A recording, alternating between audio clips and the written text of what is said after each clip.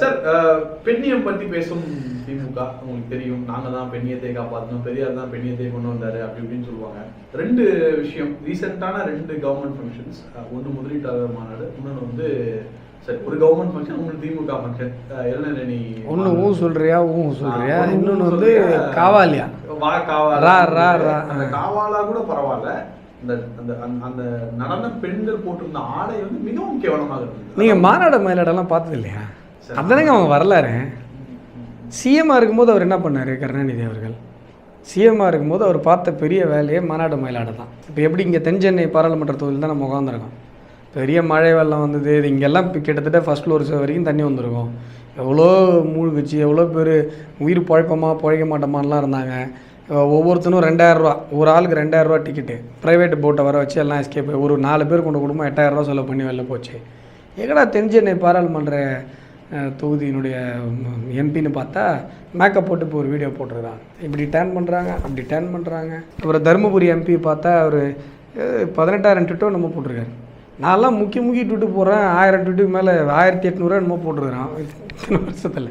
அவர் பார்த்தா எத்தனையோ ஆயிரமோ இருந்தது, 40,000 என்னமோ சம்திங். இப்போ 4 பூரா உட்காந்து ட்விட்டு மட்டுமே போட்டுட்ருக்காரு.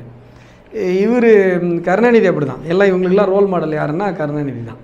அவர் சிஎம்மாக இருக்கும்போது என்ன பண்ணாருன்னா, பாசத்தலைவனுக்கு பாராட்டு விழான்னு சொல்லி சினிமாக்காரங்கள்லாம் வச்சு டான்ஸ் போடுறது, மாநாடு மயிலாடாவில் போய் உட்காந்துக்கிறது, இது மாதிரி தான் பண்ணிகிட்டு இருந்தேன். இதில் நீங்கள் ஒரு வார்த்தை சொன்னீங்க, ஈவே ராமசாமிலாம் வந்து பெண்ணியம். ஈவே ராமசாமி என்றைக்குமே பெண்ணியம் பேசுனது கிடையாது. ஈவே ராமசாமி என்றைக்குமே ஜாதி ஒழிப்பு பேசுனது கிடையாது. ஈவே ராமசாமி என்றைக்குமே ஜாதிய பாகுபாடுகளை ஒழிப்பதற்காக பாடுபட்டது கிடையாது. இதெல்லாம் வந்து ஈவே ராமசாமி செத்ததுக்கப்புறம் இவங்க பண்ண பில்டப் ஃபஸ்ட்டு டெக்ஸ்ட் புக்கில் போட்டாங்க. தொண்டு செய்து பழுத்த பழம் தூய தாடி மார்பில் விழும் அப்படின்னு நான் படிச்சிருக்கேன். டெக்ஸ்ட் புக்கில் இருக்கிறது நமக்கு ஆழமாக மனசில் பதிஞ்சிடும். அதுக்கப்புறம் எவன் வந்து சொன்னாலும் நம்ம அதை நம்ப மாட்டோம். ஏன்னா அச்சில் இருப்பது தான் அறிவு நம்மளை பொறுத்த வரைக்கும். டெக்ஸ்ட்டில் பிரிண்டட் பேப்பரில் படிச்சுட்டா அது அறிவு. உங்கள் சுய சிந்தனையில் ஒரு விஷயம் வந்ததுன்னா உங்களுக்கு அறிவாக இருக்க வேண்டிய அவசியம் இல்லை. இதுதான் இந்தியர்களுடைய மனநிலை, பிகாஸ் ஆஃப் மெக்காலே எஜுகேஷன். இதில் நிறைய பாதிப்பாளர்கள், விக்டிம்ஸ் ஆஃப் மெக்காலே எஜுகேஷன் ரொம்ப அதிகம். இந்திய தத்துவத்திலே நிறைய பேர் விக்டிமாக இருந்திருக்காங்க. நான் பேசி புரிய வச்சுருக்கேன். நீங்கள் டெக்ஸ்ட் புக்கில் படித்ததுனால தான் இப்படி யோசிக்கிறீங்க. But out of the box அவங்கள கொண்டு வந்திருக்கேன். இது வந்து எல்லாருமே விக்டிம்ஸ் தான் மெக்காலே எஜுகேஷனுக்கு. அதனால தான் காங்கிரஸ் வந்து மெக்காலே எஜுகேஷன் சிஸ்டத்தை மாற்றாமல் இருந்தது. நரேந்திர மோடி வந்து நியூ எஜுகேஷன் பாலிசி கொண்டு வராரு. இது ஒரு பக்கம் வரலாறு. இவங்க பேசின பெண்ணியம் எப்படின்னு பாருங்கள். இவர் வந்து ப்ராஸ்டிடியூட்ஸ்கிட்ட போவார் ஈவே ராமசாமி. இது ஆணைமுத்து அவருடைய வரலாற்றில் ஆவணப்படுத்தியிருக்கார். ஈவே ராமசாமியோட எல்லா வரலாற்று புத்தகத்துலேயும் இது இருக்குது. அவர் வந்து ப்ராஸ்டிடியூட்டாக ஆத்தங்கரையோட ப்ராஸ்டியூட்ஸ் கூட குமாலாட்சின்னு இருப்பார். இவங்க ஒய்ஃப் சமைச்சு எடுத்துகிட்டு வந்து இவர் கொடுப்பாங்க. இதில் ஏதாவது பெண்ணிய முன்னேற்றத்திற்கான அடையாளம் தென்படு தான் நீங்கள் சொல்லுங்களேன். ஈவே ராமசாமியோடைய வாழ்வியல் ஒன்லி பில்டப். நீங்கள் இப்போ அந்த புத்தக கண்காட்சியெல்லாம் நடக்குதுன்னா நீங்கள் போனீங்கன்னா பெரிய பெரிய புக்காக போட்டிருப்பான். ஈவே ராமசாமி இது பெரியார் அன்றும் இன்றும் என்றும் அப்படின்னு போட்டிருப்பான். பெரிய புக்கு, அவ்வளோ பெரிய அட்டை இருக்கும், 3000 ரூபாய் என்னமோ இருக்கும் வேலை. உள்ளே திறந்து பார்த்தீங்கன்னா ஒரு புண்ணாக்கு இருக்காது, ஒரு கருத்து இருக்காது. இப்போ உங்களுக்கு பின்னாடி நீங்கள் வந்து விவேகானந்தருடைய புகைப்படத்தை வச்சுருக்கீங்க. அதில் இருக்கிற ஒரு கருத்தை இப்போ நீங்கள் பார்க்குறீங்க. எல்லா சக்தியும் உனக்குள்ளே இருக்கிறது, உன்னால் எல்லா விஷயத்தையும் செய்ய முடியும் அப்படின்ற ஒரு கருத்து இருக்குன்னா, இந்த கருத்தை நீங்கள் 20 வயசில் பார்க்கும்பொழுது ஒரு அர்த்தத்தையும் 30 வயசில் பார்க்கும்பொழுது வேறொரு பரிமாணத்தையும் உங்களுக்கு வழங்கும். நான் எழுதி தரேன். விவேகானந்தருடைய எந்த ஒரு கோட் எடுத்திங்கனாலும், இந்த பக்கம் பாரதி வச்சுருக்கீங்க, பாரதியுடைய வரிகளை நீங்கள் எடுத்துட்டீங்க, ஒரு 2 வரி. பாரதியோட வரி இல்லாமல் தமிழ்நாட்டில் வாழவே முடியாது இல்லைங்களா? பாரதியுடைய வரிகள் நீங்கள் யோசிச்சு பாருங்களேன். அவர் 39 வயசு வரைக்கும் வாழ்ந்தார். அவர் எழுதி வச்ச பல வரிகள் அச்சில் வராமலேயே போய்விட்டது. பாரதி படத்தில் ஒரு கணக்கு வரும், பாறையில் உட்காந்து கணக்கு போட்டுட்ருப்பார் பாரதி. 38,000 என்னமோ, நம்பர்ஸ் மேபி வேறே ஆகலாம், 38,000 என்னமோ போட்டு வைப்பார். நான் எழுதி வச்சிருக்கிற இந்த பக்கங்களை எல்லாம் அச்சில் ஏற்றுவதற்கு இவ்வளோ செலவாகும் அந்த காலத்தில். அப்போ எவ்வளோ அந்த மனுஷன் எவ்வளோ எழுதியிருப்பார். அது எல்லாமே அச்சில் வரலை. பாரதியார் கவிதைகள் இத்தினோண்டு புக்கு தான் நம்மகிட்ட இருக்குது. ஆனால் அவர் எழுதின வரிகள் ஒன்று பேசப்பட்டுட்டு இருக்கு. நீங்கள் 1 மணி நேரம் மேடையில் பேசுகிறீங்கன்னா பாரதியோடைய வரிகள் இல்லாமல் உங்களால் பேச முடியாது. பாரதி வரிகள்னால் தமிழை செத்துருவான். ஒரு சினிமா பாருங்கள், ஒரு சினிமா பாட்டு சுட்டும் வீழ்ச்சிடுவாரே, எத்தனை பாட்டு, எத்தனை தாக்கம். கன்னத்தில் முத்தமிட்டால் எத்தனை தாக்கம். சாதாரணமாக எங்கேயோ எப்படியோ எதுலேயோ எழுதி வச்ச வரிகள் அப்படி ஒரு இது வரும். ஒவ்வொரு முறை நீங்கள் பாரதி பாட்டை படிக்கும்போதும் அந்த 4 லைனுக்கு வேறு அர்த்தம் வரும். ஈவே ராமசாமியோட கருத்தில் இந்த மாதிரி எனக்கு ஏதாவது ஒரு கருத்து வந்து எவனையா சொல்ல பார்ப்போம். தேர்ந்தெடுத்து அவங்க எழுதி வச்சிருக்க வரியை பாருங்களேன். தேர்ந்தெடுத்து ஒரு எழுதின கருத்துல இது எவ்வளோ பெரிய கருத்து தெரியுமா அப்படின்னு கல்வெட்டில் பொறிச்சு வச்சது என்ன தெரியுமா? கடவுளை நம்புபவன் முட்டாள். சரி, ஏன் முட்டாள்? இது என்ன இதில் ஒன்று பெரிய அறிவு இது வேணுமா? இதுக்கு ஒருத்தனை திட்டுறதுக்கு என்ன பெரிய அறிவு? எல்லாம் முட்டாள்ப்பா அப்படின்னா இது எவனா தான் சொல்லலாம். இதில் என்ன பெரிய பெருமை? நாய் நெறி கூட தான் சொல்லுவோம், ரோட்டில் போகிறவங்க தான் சொல்லுவோம். இது கருத்தா? இது யோசிச்சு பாருங்க. நீங்கள் இது எல்லாத்தையும் ஒதுக்கி வச்சுட்டு கடவுளை நம்புபவன் முட்டாள், கடவுளை நம்புபவன் காட்டு மீறாங்க, இதெல்லாம் ஒரு கருத்தா? யோசிச்சு பாருங்கள். இது ஒரு பெரிய அறிவு பொழுதும் நீங்கள்லாம் ஈவேராவை படிச்சிருக்கீங்களா? ஈவேராவை படித்து பார்த்துட்டு இதில் ஒன்றுமே இல்லைன்னு தான் நாங்கள் சொல்லிட்டு இருக்கோம். ஏதாவது இருந்தால் நீ சொல்லு. நீங்கள் அவருடைய பெண்ணிய முன்னேற்ற கருத்துக்களை பாருங்களேன். பாரதி சொல்கிறான், காதலன் ஒருவனை கைப்பிடித்தே அவன் காரியம் யாவிலும் கை கொடுத்து புதுமை பெண் எப்படி இருக்கணும்னு படிப்படியாக சொல்கிறான். நிமிர்ந்த நன்னடை நேர்கொண்ட பார்வை நிலத்தில் யாருக்கும் அஞ்சாத நெறிகள். ஒரு பெண் எப்படி இருக்கணுமா? நிமிர்ந்த நன்னடை, அச்சமும் நாணமும் நாய்கட்க வேண்டுமா? பாரதி பேசுகிறான். கேட்கும் போதே ஒரு பெண்ணுக்கு ஒரு இது வருது. பாரதி சொன்ன புதுமை பெண் பெண்ணாகவே தன்னை உயர்வாக உணர்கிறாள். அவள் பொண்ணாக இருக்கிறதே அவள் பெருமையாக நினைக்கிறாள். பொண்ணாகவே அவள் வந்து உயர்வாக நினைக்கிறாள். அவ்வையார் என்ன சொல்கிறாங்க? மங்கையராய் பிறப்பதற்கே மாதவம் செய்திட வேண்டும் அம்மா. இதெல்லாம் பெண்ணிய முன்னேற்றம். இவர் என்ன சொல்கிறாரு? ஆணாக மாறுவது தான் பெண்ணுக்கான முன்னேற்றம். கிராப்பேட்டியோ கர்ப்பப்பை தூக்கி வெளில போட்டுரு, இதெல்லாம் தான் ஈவே ராமசாமி சொல்கிற பெரிய பெரிய கருத்துக்கள். கர்ப்பப்பையை வந்து பெண்கள் வெட்டிக்கணும், யார் கூட வேணால் போகலாம், எப்படிலாம் இருக்கலாம். கற்பென்று ஒன்று இருந்தால் அதை ஆணுக்கும் பெண்ணுக்கும் பொதுவில் வைப்போங்கிறான் பாரதி. ஆனால் இவர் என்ன சொல்கிறாருன்னா ஊர் மேயர் தான் ஆணுக்கும் பெண்ணுக்கும் பொதுவில் வைப்போன்றார். யார்? ஈவே ராமசாமி. புரியுதா? ரெண்டு பேரும் நீங்கள் கம்பேர் பண்ணுங்கள். ரெண்டு சமகாலத்தவர்கள் தான். பாரதி எங்கே நிற்கிறான், இந்த ஆள் எங்கே இருக்கிறாருன்னு நீங்கள் பாருங்கள். அவர் எங்கே அந்த கோபுரத்தில் எங்கே குப்பை மூட்டை இருக்காருன்னு பாருங்கள். இவருடைய கருத்துக்கள் எல்லாம் எவ்வளோ குப்பையாக, எவ்வளோ அசிங்கமாக, அருவருப்பான கருத்துக்களாக இருக்குன்னு நீங்கள் பாருங்கள். இப்போ நான் என்ன சொல்கிறேன், நீ கோட்டு சூட்டு மாட்டிக்கிட்டால் பெருமை, வேட்டி சட்டை கட்டினா அவமானம் நினைக்கிறேன்னா அப்போ நீ வெள்ளைக்காரன் தான் உயர்ந்தவன் நினைக்கிறேன். எக்ஸாக்ட்லி.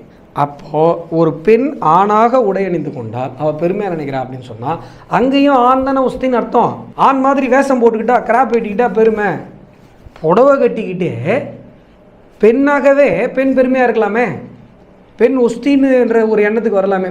புடவைன்னு இல்லை, பெண்களுக்கான எந்த உடையாக இருந்தாலும் ஆண் போல உடை அணிவதை ஒரு பெண் பெருமையாக கருதுகிறான்னு சொன்னால், பெண் போல உடை அணிவதை ஒரு ஆண் இழிவாக கருதுகிறான்னு சொன்னால் அப்போ எங்கே சார் பெண்ணிய முன்னேற்றம் வந்தது? யோசிச்சு பாருங்கள் நீங்கள் சைக்காலஜிக்கலாக. இவங்களுக்கும் பெண்ணிய முன்னேற்றத்துக்கும் சம்மந்தமே கிடையாது. இவங்க ட்ரௌசர் போட்டு நான் ஆடுறதை பார்த்து நீங்கள் வந்து ரொம்ப வருத்தப்படுறதெல்லாம் ஒன்றும் கிடையாது. இது காலாகாலமாக திமுக கூட்டத்தில் நடக்கிற விஷயம். இது இல்லைன்னா தான் நான் ஆச்சரியப்படுவேன்.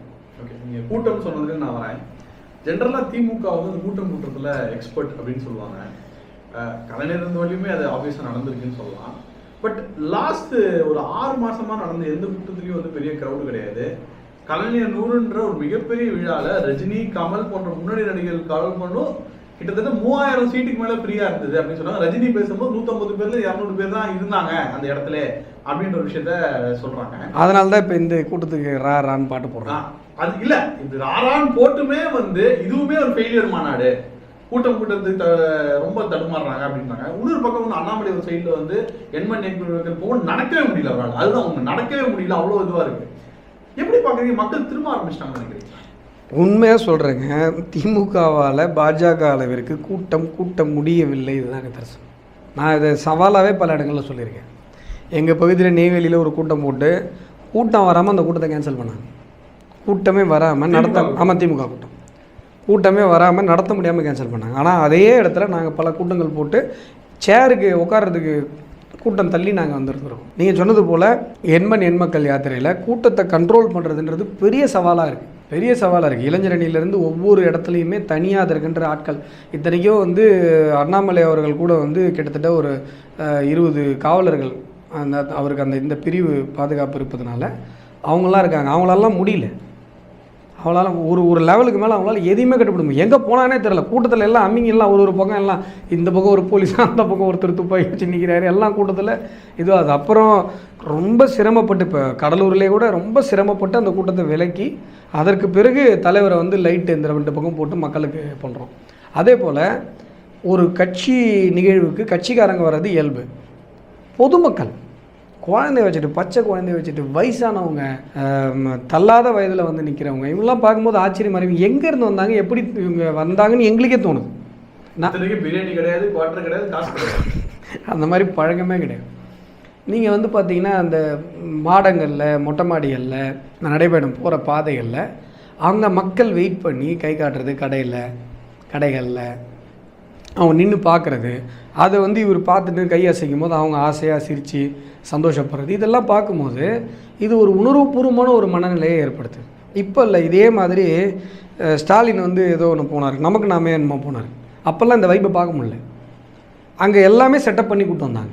இவரா இந்த கடையா அந்த கடையா எல்லாம் செட்டப். ஆனால் இது அப்படி இல்லை, எல்லாமே இயல்பாக நடக்குது, ஆர்கானிக்காக, ரொம்ப ஆர்கானிக்காக இருக்குது. நீங்கள் அதை அந்த எண்மண் எண்மக்கள் யாத்திரையில் நீங்கள் கலந்துக்கிட்டிங்கன்னா அதை நீங்கள் அந்த ஃபீல் பண்ண முடியும். ஏன்னா இவ்வளோ வைப் இருக்குது, எப்படி இவருக்கு இவ்வளோ பேர் பார்க்குறாங்க, எப்படி ஒரு 2-3 வருஷம் தான் அவருடைய அரசியல் பயணம். அதற்குள்ளாக இவர் எப்படி எல்லாருடைய மக்கள் மனதிலும் இவர் போய் ரீச் ஆனார் அப்படிங்கிற ஒரு கேள்வி உங்களுக்கு இயல்பாக எழும். நான் தான் சொன்னேன், தமிழக அரசியல் வரலாற்றில் ஒரு அரசியல் தலைவராக மக்கள் மனங்களில் நிறைவதற்கு எல்லா லீடர்ஸ்க்குமே குறைந்தபட்சம் ஒரு 20 வருஷம் டைம் ஆகும். 10 to 20 வருஷம். கருணாநிதியாக இருக்கட்டும், ஜெயலலிதாவாக இருக்கட்டும், வைகோவாக இருக்கட்டும், ராமதாஸாக இருக்கட்டும், விஜயகாந்தாக இருக்கட்டும், நீங்கள் எல்லா பொலிட்டிக்கல் லீடர்ஸ்னு மக்கள் மனசில் இருக்கிறவங்க எல்லாமே வந்து பார்த்திங்கன்னா ஒரு திரைத்துறையாக இருக்கும். அந்த திரைத்துறையில் ரொம்ப நாள் இருந்திருப்பாங்க. அந்த ஃபெமிலியாரிட்டி வச்சு பாலிட்டிக்ஸில் இதாக இருப்பாங்க. ஒரு 10-20 வருட பயணங்கள் இருக்கும். நீங்கள் எல்லாருக்கும் இந்த ரூல் வந்து காமன். பட் ஷார்ட் ஸ்பேனில் ஒருத்தர் போய் மக்கள் மனசில் டக்குன்னு ரீச் ஆகிட்டாருன்னா அது அண்ணாமலை. மக்கள் இயல்பாக வராங்க. இப்போ என்னென்னா திமுக வந்து கூட்ட முடியாமல் கஷ்டப்படுது. எல்லாம் விடுங்க, ஒரு இந்த பிரளயத்தில் எல்லாம் ஒரு விஷயத்த மறந்துட்டாங்க. எண்மண் எண்மக்கள் யாத்திரைக்கு எதிராக பைக்கில் கிளம்பினாரில்ல உதயநிதி, என்னாச்சு? அது ஃப்ளாப் ஆயிடுச்சு தான். அவர் 2 நாள் போயிட்டு அப்புறம் இளைஞர்கள்லாம் போயிட்டு நேற்று ஏதோ ஒரு 10 பைக் வச்சு உள்ள இது பண்ணாங்க. அது இன்ஃபேக்ட் ஃபுட்டேஜே கிடையாது, நமக்கு என்ன ஆச்சுன்றதே யாருக்கும் தெரியாது. அப்போ அதை கேட்கணும்ல, பைக் தூக்கிட்டு கிளம்புனியப்பா, ராயல் என்ஃபீல்டு தூக்கிட்டு போனீங்க, நீங்கள் என்ன சொன்னீங்க, நாங்கள் தமிழ்நாடு முழுசும் பைக் ரேலி போகிறோம். நீங்கள் என்னாச்சு? ஒருத்தர் வரல சார், ஒருத்தர் கண்டுக்கல, கூட்டமே வரல. என்ன பண்ணுறதுன்னு தெரியாமல் அதை விட்டு கிடச்சிட்டாங்க.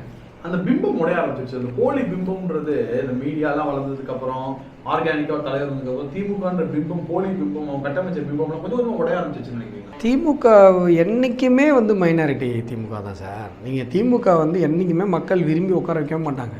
நீங்கள் வரலாற்றை எடுத்து பாருங்கள். அண்ணாதுரை இறந்ததுக்கப்புறம் மக்களால் தேர்ந்தெடுக்கப்பட்டு கருணாநிதி அவர்கள் வரல ஃபஸ்ட் டைம், புரியுதுங்களா? இவர் இறந்துடுறாரு, கூட்டை குழப்பி அவர் வந்துடுறார். பெரிய பெரிய தலைவர்கள் இருந்தாங்க, கூட்டை குழப்பி வந்துடுறார்.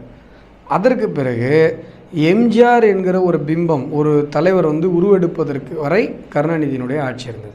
எம்ஜிஆர் இருந்த டைமில் வந்து பார்த்திங்கன்னா வனவாசம்லாம் சொல்லுவாங்க. அவர் இருந்த வரையும் 10-13 வருஷம் இவரால் வரவே முடியல, தலையெடுக்கவே முடியல. அவர் உடம்பு சரியில்லாத இருந்தப்போ வந்து எனக்கு அவர் உடம்பு சரியில்லாமல் வர வரைக்குமாவது எனக்கு ஓட்டு போடுங்கன்னு இவர் ஓட்டு கேட்ட கதையெல்லாம் இருக்கு. அப்புறம் வந்து அந்த மாதிரி காமெடியெல்லாம் பண்ணார். அதற்கு பிறகு ஜெயலலிதா கூட மக்கள் ஓட்டு போட்டாங்க.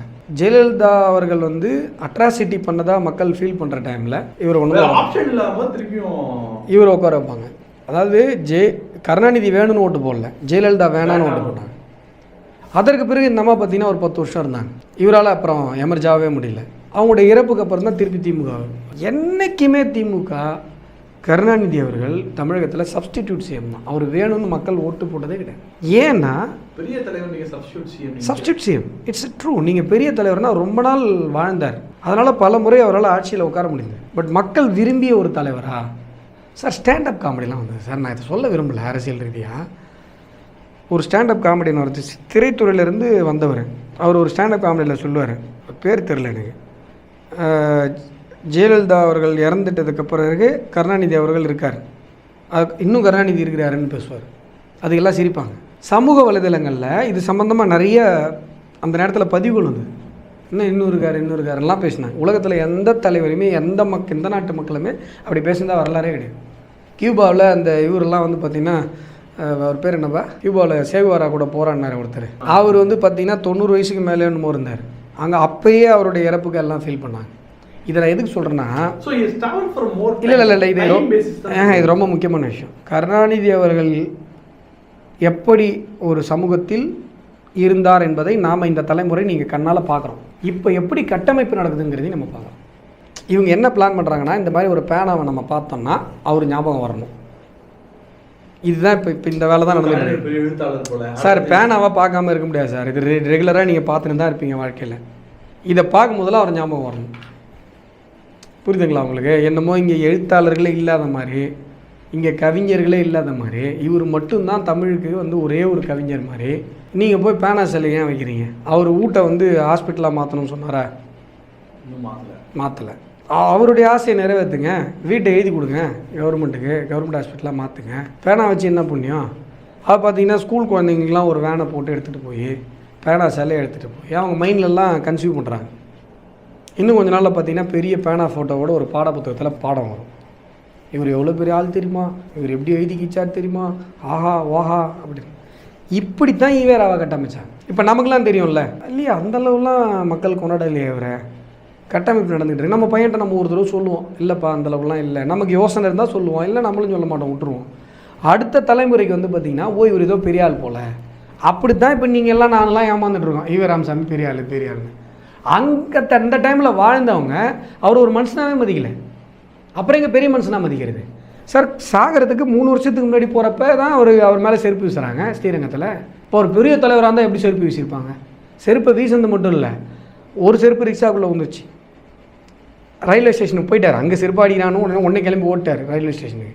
திருப்பி அந்த ரிக்ஷாக்காரனை டார்ச்சர் பண்ணி செருப்பு வீசப்பட்ட இடத்துக்கு வர்றார். எந்த திசையிலேருந்து செருப்பு வந்ததோ அங்கே போய் தேடுறார்.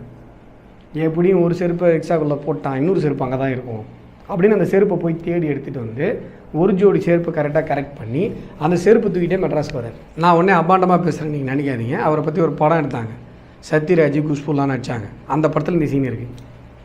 இது ஒரு பெருமையாக வேறு சீனாக வேறு எடுத்து வச்சுருக்கிறாங்க. செருப்புக்கு இது இல்லாமல் அந்த செருப்பு தூக்கிட்டு மெட்ராஸ் வந்து வருவார். இவ்வளோ தான் அவர் வாழ்ந்த காலத்தில் அவருக்கு இருந்த மரியாதை. பெரிய தலைவர் வந்தால் எப்படி அசால்ட்டாக செருப்பில் அடிக்க முடியும்? யோசிச்சு பாருங்கள். இறப்புக்கு பிறகு ஒரு கட்டமைப்பு. இப்போ நீங்கள் சொல்கிறீங்களா இது ரான்னு போட்டதெல்லாம் ஆச்சரியமே இல்லை சார். உலக முதலீட்டாளர்கள் மாநாட்டில் வந்து சொல்கிறியான்னு கேட்டவங்க இன்வெஸ்ட்மெண்ட் வேணுமா? அதான் நான் சொன்னேன், அது கான்செப்ட் பாரு. முதலீட்டாளரெல்லாம் உட்கார வச்சுட்டு இது இன்வெஸ்ட்மெண்ட் வேணும்னா அவங்கெல்லாம் சொல்லுவாங்க, இன்வெஸ்ட்மெண்ட் தர முடியாதுன்னா சொல்லுவாங்க. அதே மாதிரி இங்கே ரான்னு கூப்பிட்றாங்க மாநாட்டுக்கு. கூட்டமே வரமாட்டேதுப்பா திமுகவில். பின்னாடி வேற பார்த்தீங்கன்னா அந்த ஸ்டாலின் அது எனக்கு பார்க்கும்போது எப்படி இருந்ததுன்னா அது ரொம்ப ஒரு இதுவாக இருந்தது. இந்த பெண்கள் ஆடுறத அந்த பெருந்தலைவர்கள் ரசிப்பதை போன்ற ஒரு காட்சி அங்கே இருந்தது. அபாண்டமாக இல்லை, நான் என்னங்க பண்ணுறது, அப்படி தாங்க இருந்தது. அங்கே இருந்த திமுக காரங்க மட்டும் இல்லை, அங்கே இருக்கிற அந்த கருணாநிதி அவர்கள் மாநாட மயிலாடவை எப்படி ஆர்வத்தோடு பார்த்தாலும் அதே போல் இங்கே பார்க்குறேன். புரியுதுங்களா? நாங்கள் என்னங்க பண்ணுறது, நாங்களாம் உங்களை ஆட சொல்கிறோம், நீங்கள் ஆடுறீங்க, அப்புறம் கலாச்சா ஐயோ கலாச்சிட்டாங்கன்னா நான் என்ன பண்ண முடியும்? நாங்கள் மட்டுமா பார்க்குறோம், ஊரே பார்க்குது. அப்போ எல்லாமே அட்டர் ஃப்ளாப் சார். அதுவும் ஸ்டாலின் அவர்கள் பொறுப்பேற்ற பிறகு எதுவுமே சக்சஸ்ஃபுல்லா முடியுது. எந்த ஒரு பெரிய மாநாடோ ஒரு கூட்டமோ எதுவும் அறிவாலயத்துக்குள்ள நடந்த கூட்டம் எல்லாமே தப்பிச்சிடுறாங்க. பட் வெளியில ஸ்டேஜ் போட்டாலே காலி ஆயிடுறாங்க. என்ன ரீசன் சார்? நீங்கள் சொன்னது போலங்க கலைஞர் 100ன்னு ஒரு விழா எடுத்தாங்க. அது வந்து பார்த்திங்கன்னா திரை பிரபலங்கள் எல்லாரும் வர ஒரு இது. அது வந்து ரஜினி, கமல், தனுஷ் எல்லோரும் வந்தாங்க. இவங்கெல்லாம் வராங்கன்னா ஒரு கூட்டம் வரும். அவங்கெல்லாம் வந்தும் கூட திரையில் ஒரு உச்சபட்ச நட்சத்திரம் ரஜினி, கமல் எல்லாம். அரசியலில் தான் பாவம் ஒரு ஃப்ளாப்பு, அட்டர் ஃப்ளாப். பட் நடிப்புத்துறையில் அவர் வந்து ஒரு மிகப்பெரிய ஒரு லெஜெண்ட், அதில் மாற்றுக்கிறது கிடையாது. அதுலேயும் நிறைய அரசியல் பண்ணார், அரசியல் சம்மந்தமான திருட்டுத்தனங்கள்லாம் நிறையா பண்ணியிருக்காரு. பட் நடிகராக உண்மையிலே ஒரு நல்ல நடிகர், அதில் மாற்றுக்கிறது இல்லை. குணா மாதிரி நிறையா திருட்டுத்தனம்லாம் நடுவில் நிறையா பண்ணார். பட் அது கிரியேட்டராக பண்ணுது. பட் நடிகராக இஸ் குட். அவங்கெல்லாம் வந்து கூட கூட்டம் வரலை. அப்போது கருணாநிதி அவர்கள் மேலே மக்களுக்கு இருக்கிற வெறுப்பை தான் நீங்கள் போடுறீங்க. திமுக கூட்டத்துக்கு வராது ஒரு நீங்கள் ஸ்டாலினுக்கு அப்புறம் சொல்கிறீங்க. நான் கருணாநிதியிலேருந்தே இப்படி தாங்கிறேன். நான் சொல்ல வரதை நீங்கள் புரிஞ்சுக்காங்க. நீங்க சொல்லுங்க அட்லீஸ்ட் கிரௌடாக உட்காந்துருக்கும் சார். இப்போ நம்ம இப்போ நேரு ஸ்டேடியம் நிறைய ஃபங்க்ஷன் பார்த்துருக்கோம், ஃபுல்லாக ஆளுங்க இருப்பாங்க. இவங்க ஆளை கூட கூப்பிட முடியலன்றதான் கேள்வி வருது. இப்போ வந்து பார்த்தீங்கன்னா அது ஒரு வகையில் உண்மைதான். கருணாநிதி அவர்களுடைய அந்த பேச்சு, இந்த விஷயங்கள் அதெல்லாம் ஸ்டாலின்கிட்ட இல்லை. கருணாநிதி வந்து ஸ்பான்டேனியஸாக ஆன்சர் பண்ணுவார், அதில் ரொம்ப ஃபேமஸ்ஸு. ஸ்பான்டேனியஸாக ஆன்சர் பண்ணுறதுல கருணாநிதி ரொம்ப ஃபேமஸ். ரொம்ப மேனிப்புலேட்டிவாக பேசுவார். ஒரு பெரிய ஒரு சென்சிட்டிவான ஒரு இஷ்யூவை மேனிப்புலேட் பண்ணிட்டு போயிடுவார். அங்கே லட்சக்கணக்கான பேர் செத்துட்டு இருப்பான், உயிரை விட்டுட்ருப்பான், நம்ம சொந்தக்காரன் ஈழத்தில் செத்துட்டு இருப்பான், மழை விட்டாலும் தூவானம் விடவில்லை அப்படின்ட்டு போயிட்டு இருப்பார். இதெல்லாம் பெருமையாக வேறு பேசுவாங்க. என்னமோ இந்த மேனிப்புலேட் பண்ணுற அந்த ஸ்கில் வந்து அவருக்கு இருந்தது. இவருக்கு என்னென்னா துண்டு சீட்டு பார்க்காம இதனால் பேச முடியல. சார் சீட்டு வச்சுட்டு பேசுகிறது அது தப்பு நான் சொல்ல மாட்டேன், பண்ணலாம். இப்போ வந்து சார் ஒரு 1900 இல்லை 1860 1860 எக்ஸாக்ட்லி 1860 இதை நீங்கள் பார்த்து பேசுனீங்கன்னா தப்பு இல்லை. என்னுடைய தந்தை கருணாநிதினு அவர் பேசுகிறாருன்னு வைங்க, அது கூட என் பேப்பரை பார்த்து படிப்பேன். இதுதான் மக்கள் கேள்வி. நான் இது வழக்கமாக ஒரு டைலாக் சொன்னால் கருணாநிதியுடைய மகன் அடிக்கடி சொல்லிகிட்டே இருப்பார், இப்போல்லாம் சொல்கிறது இல்லை. அது கூட நீங்கள் ஏன் பேப்பரில் பார்த்து படிக்கிறீங்க? வணக்கம் அப்படின்னு, வணக்கம், புரியுதுங்களா? இப்போ நீங்கள் எதுக்காக வரணும்னு யோசிக்கிறான், திமுககாரங்களே யோசிக்கிறாங்க எதுக்காக வரணும். இன்னொன்று, திமுக என்றைக்குமே ஒரு பெரிய கட்சியெல்லாம் கிடையாது, பர்சன்டேஜ் வைஸ் அவங்க பெரிய ஆளுங்க கிடையாது, என்றைக்குமே இருந்ததில்லை. கருணாநிதி காலத்தில் அவருடைய பேச்சு மற்ற விஷயங்களுக்காக கூட்டம் ஓரளவு வந்ததுன்னா கூட இப்போ அதுவும் இல்லை, பேச்சாற்றல் இல்லை. ஸ்டாலின் அவர்களுடைய எந்த விதமான ஒரு ஸ்கில்லுமே மக்களுக்கு ஏற்புடையதாக இல்லை. நீங்கள் ஏமாத்துறீங்க அப்படின்றது மக்களுக்கு புரியுது. நீங்கள் ஏன் பில்டப் பண்ணுறீங்க? நீங்கள் வந்து வாக்கிங் போகிற மாதிரி வீடியோ போடுறதும், சைக்கிளிங் போடுற மாதிரி வீடியோ போடுறதும், ஐயோ அந்த ஜிம்மி வீடியோ பார்த்தீங்களா, அதெல்லாம் செம்ம காமெடியாக இருந்தது. ஆதித்யா சேனலில் போட வேண்டிய வீடியோ அது, அதை எடுத்துன்னு நியூஸ் சேனலில் போடுறதும். சார் மக்களை ஊக்குவிச்சது நரேந்திர மோடி அவர்கள். எக்ஸசைஸ் பண்ணுன்னு சொல்லி ஃபிட் இண்டியா மூமெண்ட்டுன்னு ஆரம்பித்து அவர் வந்து யோகா பண்ணுற வீடியோவை போட்டு எல்லாரையும் சவால் விட்டு உள்ளே கூப்பிட்றாரு. நடிகர்கள், கிரிக்கெட்டர்ஸ்லாம் அவரை பார்த்து போடுறாங்க. எக்ஸசைஸ் பண்ணுன்ற ஒரு மனோபாவத்தை ஒரு மூமெண்ட் மாதிரி சோஷியல் மீடியாவிலையும் இதுலேயும் க்ரியேட் பண்ணார். இவர் அப்படி பண்ணல, நான் ஃபிட்டாக இருக்கேன்னு காட்டுறாரு. யார்கிட்டையும் இவர் வந்து இன்வைட் பண்ணல ஃபிட்டு இது பண்ணுறேன்னு சொல்லி. பட் இவர் வந்து அந்தளவுக்கு ஃபிட்டாகவும் இல்லை. நான் அதை பேச விரும்பலை. நான் அது மாதிரி உடல் ரீதியான விஷயங்களை நான் என்றைக்குமே பேச மாட்டேன். அது இயற்கை, எல்லாருக்கும் வரும், உங்களுக்கும் வரும், எனக்கும் வரும், யாரும் ஒன்றும் இம்மார்ட்டல் கிடையாது. பட் அது பிரச்சனை இல்லை. பட் நீங்கள் அந்த போலியான ஒரு பிம்பம் இருக்குல்ல, போலியான ஒரு பிம்பம், போலியான ஒரு சிகை அலங்காரம், இதெல்லாம் வந்து என்னென்னா, இப்போது கருணாநிதிக்கிட்ட அந்த மாதிரியான போலித்தனம் கிடையாது. கருணாநிதி மேலே எனக்கே 1000 விமர்சனங்கள் இருக்கலாம், ஆனால் அவர் வந்து வழுக்கத்தலைன்னா வழுக்கத்தலையாக தான் இருந்தார். புரியுதுங்களா? டோபா வச்சுக்கல, 100 கோடி செலவு பண்ணி டோபா வச்சுக்கல. நான் யாரையோ கம்பேர் பண்ணி பேசல, உங்கள் அப்பாவே கம்பேர் பண்ணி உங்களை கலாய்க்கிறேன். அவர் வச்சுக்கல. அவர் ஒரு வீல் சேரில் நடக்கக்கூடிய ஒரு சூழ்நிலை இருந்தப்போ வீல் சேர்லேயே வந்தார் போனார். புரியுதுங்களா? நான் வந்து அது மாதிரி பண்ணிக்கல. அது மாதிரி பண்ணும்போது தான் மக்களுக்கு என்ன நினைக்கிறேன், ஏன்ப்பா எங்களை சீட் பண்ணுறீங்க, என்ன அவசியம் இருக்குது? இயல்பாக இருங்க. இயல்பாக இருந்தால் தான் மக்களுக்கு பிடிக்கும். இப்போ நீங்கள் கூட்டம் வரமாட்டேதுன்னா எப்படி கூட்டம் வரும்? என்ன இருக்குது உங்கள்கிட்ட? அப்பா பையன் இப்போ பார்த்தீங்கன்னா அவர் உதயநிதியோட பையனை போட்டு இப்போ ஃபோட்டோ மொத்தம் போடுறான், 4ஆம் கலைஞரேன்னு போடுறான், 4ஆம் இதுவே அண்ணாதுரையே பெரிய இவர் அம்சாமியெல்லாம் போடுறானுங்க. அப்போ அதை பார்க்கும்போது என்ன இது ஒரு அசிங்கமாக இல்லையா? ஒரு வாரிசு அரசியல் பண்ணுறீங்க, இவ்வளோ கேவலமாவா பண்ணுவீங்க அப்படின்னு தெரிலிங்க. எனக்கு என்னன்னு தெரில. அது வேற ஒரு அந்த பையன் தம்பி ஏதோ ஃபுட்பால் விளையாண்டா உடனே இந்த மரோடானாவா அவர் யார், அவரோடெல்லாம் கம்பேர் பண்ணி ஒரு சேனலில் யூடியூப் சேனலில் போட்டாங்க. கலகிறாரு. டே அப்பா டே உங்களெலாம் எனக்கு என்ன தான் காசு வாங்கி நியூஸ் போட்டாலும் ஒரு வெக்கமாக இல்லையாடா? போடும்போது ஒரு கூச்சமாக இருக்காது? இந்த இதெல்லாம் ரெடி பண்ணும்போது, அது பேர் என்ன, தமிழெல்லாம் ரெடி பண்ணும்போது வெக்கமாக இருக்காது? அசிங்கம் பிடிங்கி தின்னாது, இப்படிலாம் போடுறோம். ஜாலரை அடிக்கிறது ஒரு அளவு இல்லையா? ஸோ என்னென்னா, மக்களுக்குடைய அந்த மதிப்பை, நன்மதிப்பை திமுக இழந்து விட்டது. இப்போ கூட்டணி கட்சிகள்லாம் இல்லாமல் இவங்க ஆட்சி அமைச்சதே கிடையாது. ஆனால் இப்போ நாங்கள் சென்ட்ரலில் சோல் மெஜாரிட்டியில் இருக்கோம். மக்களோடு இன்றைக்கி ஒரு மிகப்பெரிய சக்தியாக இருக்கும். உலகத்தினுடைய ஜனநாயக கட்சியில் மிகப்பெரிய கட்சியாக இருக்கும். ஏன்னா நாங்கள் மக்களோட மக்களாக இருக்கோம். மக்கள்கிட்ட நடிக்கலை, மக்கள்கிட்ட நாங்கள் வந்து ஏமாற்றலை, மேக்கப் போட்டு ஏமாற்றலை, டோபா வச்சு ஏமாற்றலை. நரேந்திர மோடி போகிறாரா, டேரெக்டாக போய் கடலில் குளிக்கிறார். அவருடைய ஃபிட்னஸ் என்னவோ அதை காட்டுறாரு. அந்த வீடியோ வந்து நான் பார்த்தேன். எல்லாரும் நம்மலாம் வந்து கொஞ்சம் போயிட்டு நின்றுருவோம், நல்லா உள்ள போடுறாங்க. ரொம்ப தைரியமாக வந்து பாருங்க, 10 நாள் சாப்பிடல, எதுவும் பண்ணல, அப்படியே வந்து அந்த அந்த இதில் வந்து தன்னுடைய செஸ்ட் வந்து தண்ணி வர அளவுக்கு அவர் நடக்கிறாங்க. ஒரு 70 இயர்ஸ் 10 நாள் சாப்பிடல. பனிக்காலம் இது என்ன எப்படி சொல்கிறதுனே தெரியும். பனிக்காலம் ஜில்லுன்னு இருக்கும், தண்ணி வந்து பயங்கர ஜில்லுன்னு இருக்கும். இன்னொன்றுங்க, நீங்கள் வந்து போன தடவை மேன் வெர்சஸ் வைல்டுன்னு சொல்லி ஒரு ப்ரோக்ராமை வந்து நரேந்திர மோடி பார்ட்டிசிபேட் பண்ணார். அது ஏதோ எல்லாம் அப்படியே சாதாரணமாக. அது காஷ்மீரில் ஒரு நதியில் அது ஊழ்ந்து முங்கி எஞ்சி வருவாங்க.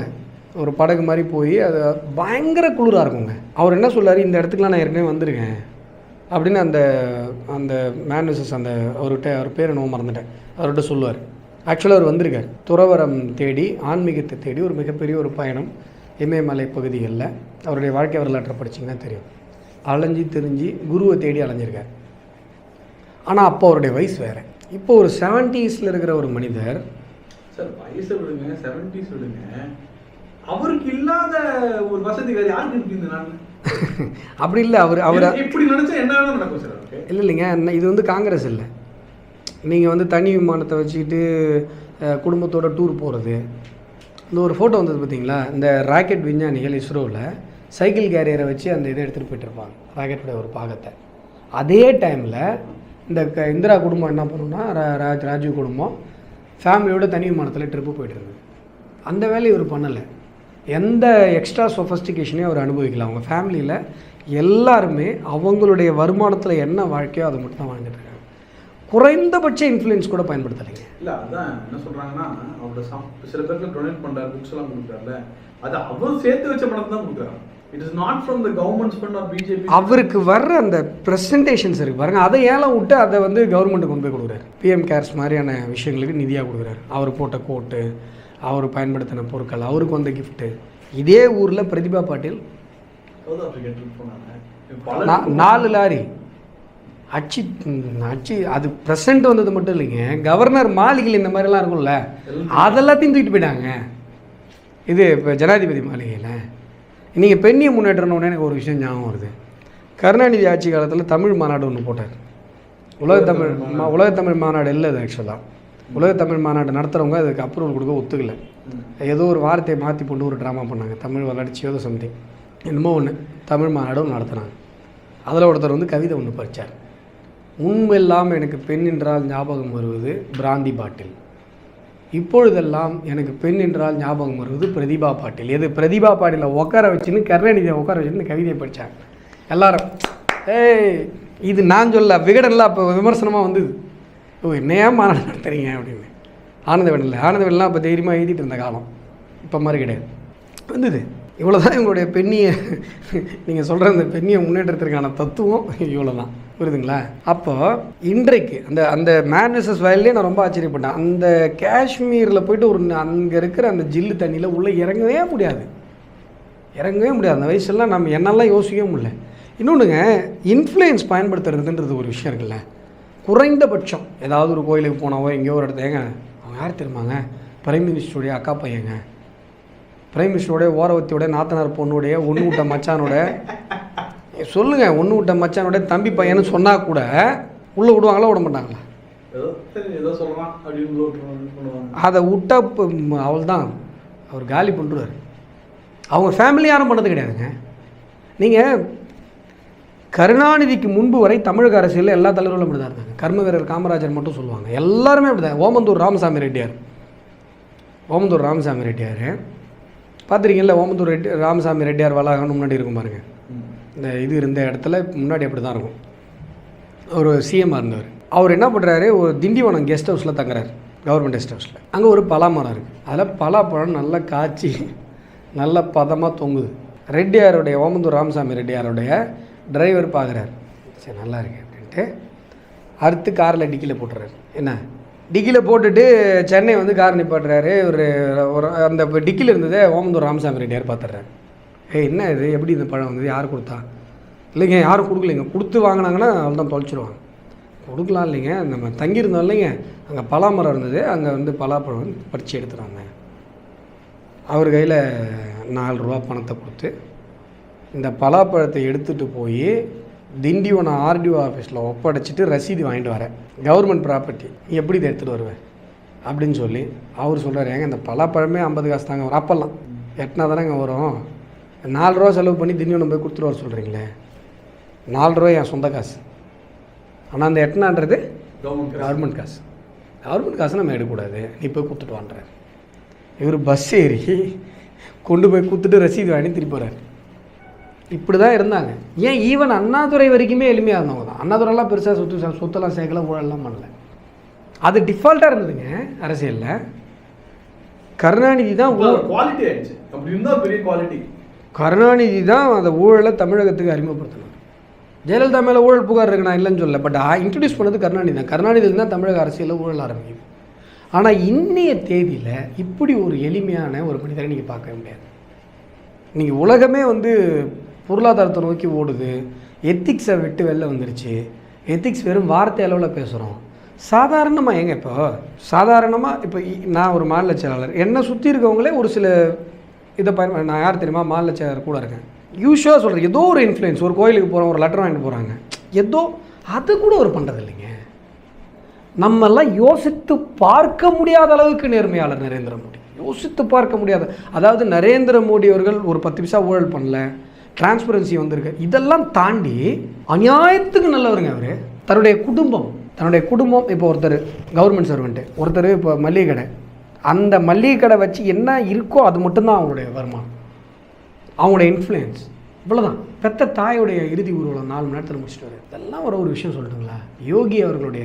யோகி ஆதித்யநாத் அவர்களுடைய ஒரு சிஎம், இந்த தேசத்தினுடைய மிகப்பெரிய நிலப்பரப்பு, தேசத்தினுடைய மிகப்பெரிய மக்கள் தொகையை கொண்ட உத்தரப்பிரதேசத்தினுடைய சிஎம், அவங்க தங்கச்சியுடைய வாழ்க்கையை நீங்கள் பார்த்தீங்கன்னா கண்ணீர் விட்டுருவீங்க. ஒரு அரை குடிசையில் ஏதோ ஒரு சின்ன ஒரு டீ கடை மாதிரி வச்சு போச்சுட்டு கண்டுக்கிறதே இல்லை குடும்பத்தை. சுத்தம் ஒரு சிஎம்முடைய சகோதரி ஒரு குறைந்தபட்சம் கிடையாது. குடும்பத்தை பார்க்குறதில்ல. கவர்மெண்ட் காசுலேருந்து ஒரு நயா பைசா குடும்பத்துக்கு போகிறது. நம்ம கதைகளில் கேள்விப்பட்டிருக்கோம், காமராஜர் வந்து அவங்க அம்மாவுக்கு வந்து டேப்பு போட்டு கொடுத்தது வந்து, எப்படி நீ வந்து எங்கள் அம்மாவுக்கு மட்டும் எக்ஸ்ட்ராவாக டேப் போட்டு கொடுப்பேன்னு திட்டினாரு. அப்படிலாம் நேரில் பார்க்குறோம். இன்றைக்கி நேரில் இயல்பு வாழ்க்கையில் பார்க்குறோம். பஸ் நீங்கள் யோசிச்சு பாருங்கள், இது சாத்தியமா? நரேந்திர மோடி எப்படி இருக்கார், யோகி மகராஜ் எப்படி இருக்கார், இன்னைக்கு பார்க்குறோம். அன்றைக்கி உத்தரப்பிரதேசத்தில் வீடியோ போடுறாங்க, அவங்க சகோதரி இருக்கிற வாழ்வியலை நீங்கள் பார்த்தீங்கன்னா நீங்கள் சர்ச் பண்ணி பாருங்கள், யோகியோடைய சிஸ்டர்னு போட்டு பாருங்கள், எப்படி இருக்காங்க அவங்களுடைய வாழ்க்கைன்னு பாருங்கள். சாத்தியமே இல்லை. அவர் என்ன, நான் அரசியலில் இல்லை, சிஎம்மாக இல்லைன்னா என் சகோதரி என்ன வாழ்வியில் இருப்பாங்களோ அதே வாழ்வியில் தான் அவங்க இருக்கணுங்கிறாரு. அந்த இன்ஃப்ளூயன்ஸை கொஞ்சம் கூட குடும்பத்துக்கு கொண்டு வர, அதாவது ஊழல்கள்லாம் பெரிய வார்த்தைங்க, குறைந்தபட்சம் அந்த இன்ஃப்ளூயன்ஸு சாதாரணமாக ஒரு டிராஃபிக்கில் மாட்டும் போது அண்ணன் பேரை சொல்லிட்டு வெளில, இது கூட கிடையாதுங்க. புரியுதுங்களா? அதெல்லாம் நம்மளால் யோசித்து கூட பார்க்க முடியாத ஒரு நேர்மை, யோசித்து கூட பார்க்க முடியாத ஒரு எத்திக்ஸ். இவங்கெல்லாம் வாழற காலத்தில் நம்ம வாழறோன்றதே நமக்கான ஒரு பெரிய கொடுப்பனை. உண்மையை சொல்கிறேன். காமராஜர் வாழ்ந்த காலத்தில் நாங்கள் வாழ்ந்தோம், மகாகவி பாரதி காலத்தில் நாங்கள் வாழ்ந்தோம், யோகி வாழ்ந்த காலத்தில், நரேந்திர மோடி வாழ்கிற காலத்தில், யோகி மகராஜ் வாழ்கிற காலத்தில் நாங்கள் வாழறோம். பெருமை நம்ம. சார், நிகழ்ச்சியோட கடைசி கேள்வி, 2024 தேர்தல் matter half months, 2 months 3 months தான் இருக்குது. ஒரு 3 முனை போட்டி தெளிவாக தெரியுது. அதிமுக, திமுக, பாஜக அப்படின்னு களம் இருக்குது. How confident you are? நடக்கிற தேர்தல் யார் பிரதமர் என்பதற்கான தேர்தல். யார் பிரதமர் என்பதற்கான தேர்தல் என்பதை தாண்டி நரேந்திர மோடி அவர்கள் பிரதமர், நீ யார் கொண்டு கொடுக்குற, இது ஒரு பக்கம். நரேந்திர மோடி அவர்கள் மீது வைத்தெரிச்சலில் சித்தாந்த தொடர்பு எதுவுமே இல்லாமல் ஒன்றுக்கு ஒன்று மிகப்பெரிய எதிரிகளாக இருக்கக்கூடிய இந்தி கூட்டணி வைத்தறிச்சல்ல. அதாவது மோடிக்கு எதிராக, மோடி வந்து விடக்கூடாது, இவங்கள்ட்ட யார் பிரதமர்னே உங்களுக்கு தெரியல, மோடி வந்து விடக்கூடாது. ஆமாம், நீங்கள் உங்களுக்கு சரிங்க, நீங்கள் அது அவங்களே நம்ப மாட்டாங்க சொன்னாங்க, என்னங்க காமெடி பண்ணுறீங்கன்னா, ஒருவேளை நீங்கள் ஜெயிச்சுட்டா யாருங்க பிரதமர்னா தெரியாது. எங்களுக்கு வந்து மோடி எதிர்க்கணுங்க, வைத்தறிச்சலாக இருக்குது. மோடிக்கு எதிரான வைத்தறிச்சல், இவ்வளோ தான் இங்கே இருக்கிற கேள்வி. இப்போ திமுகவுக்காவது மோடிக்கு எதிரான வைத்தறிச்சல் அப்படின்ற ஒரு டீம்லையா போய் சேர்ந்து இந்தி கூட்டணியில் அவங்க இந்தி கற்றுனுவான்னு சொன்னாலும் சரி, எதை கொண்டு அடித்தாலும் சரி, சோனியா நடந்து போகும்போது எல்லாருக்கும் வணக்கம் வச்சுன்னு ஸ்டாலினுக்கு மட்டும் வணக்கம் வைக்காமல் அவாய்ட் பண்ணிட்டு போனாலும் சரி, பெங்களூர் கூட்டத்தில் முதல் லைனில் இருந்தவரை தள்ளி விட்டு 2வது லைனில் தள்ளி விட்டாலும் சரி, எவ்வளோ அவமானப்படுத்தினாலும் ஒரு ஒரு படத்தில் சொல்லுவார் பாருங்கள், சோறா சோரணையா, சோறு தான், அது மாதிரி இருக்கிறாங்க. அது ஒரு பக்கம். மற்றவர்களுக்கு யார் பிரதமர்ன்ற கேள்விக்கு என்ன பதில் சொல்லி, மும்முனை போட்டியில் கான்செப்சுவலாக தமிழகத்தில் ஸ்ட்ராங்காக இருப்பது பாரதிய ஜனதா கட்சி. இன்றைக்கு நரேந்திர மோடி அவர்கள் மீது கட்டமைக்கப்பட்ட பல பொய் பிம்பங்கள் உடைக்கப்பட்டாகிவிட்டது. இன்றைக்கி டைரக்ட் பெனிஃபிஷரிஸ் தமிழ்நாட்டில் இருக்கிற 8 கோடி பேரில் ஒரு மேக்சிமம் 80% நரேந்திர மோடி அவர்களது திட்டத்தில் ஏதாவது ஒரு திட்டத்தில் பயனாளிகளாக இருக்காங்க. ரேஷன் கடையில் அரிசி வாங்குறவங்க பயனாளிகள், அங்கே போடுற 20 கிலோ அரிசி நரேந்திர மோடி கொடுக்குறது, பயணிக்கிற சாலை 80% நான் சொல்கிறது தப்பு. 4 வழிச்சாலையில் எல்லாரும் பயணிக்கிறோம், 100% பேர் பயனாளிகள். மகளிர் சுய உதவி குழுக்களுக்கு கொடுக்குற சூழல் நிதி நரேந்திர மோடி கொடுக்குறது, ஜல்ஜீவன் திட்டம் வீட்டுக்கு வீடு குழாய் மூலமாக குடிநீர் நரேந்திர மோடி கொடுத்துருக்காரு, பேங்க் அக்கௌண்ட் ஜன்தன் யோஜனா கொடுத்துருக்காரு, எலக்ட்ரிசிட்டி கொடுத்துருக்காரு, எல்லா விஷயங்களையும் கவர் பண்ணியிருக்காரு. அப்போது இந்த விஷயங்கள் எல்லாம் மக்கள் மனதில் நின்று விட்டது. விவசாயிகளுக்கு 6000 ரூபாய் பணம், அது எவ்வளோ ஹெல்ப்ஃபுல்லாக இருக்குது தெரியுங்களா? நீங்கள் கிராமத்தில் போய் கேட்டு பாருங்கள். அந்த 6000 ரூபாய் 2000 3 தடவை போடுறது, அந்த 6000 ரூபான்றது அவ்வளோ ஹெல்ப்ஃபுல்லாக இருக்குது விவசாயிகளுக்கு. எல்லோருமே ஏதாவது ஒரு முத்ரா கடன், 2 கோடி பேர் தமிழகத்தில் முத்ரா கடன் வாங்கியிருக்காங்க. 2 கோடி பேர் முத்ரா கடன் வாங்கியிருக்காங்க. அப்போது முழுமையாக தமிழகத்தில் இருக்கிற பயனாளிகள் நரேந்திர மோடி அவர்களுக்கு ஓட்டு போட்டாலே போதுமானது. அப்படிப்பட்ட ஒரு சூழ்நிலையில் தான் இன்றைக்கு எலெக்ஷனை நம்ம களத்தில் சந்திக்கிறோம்.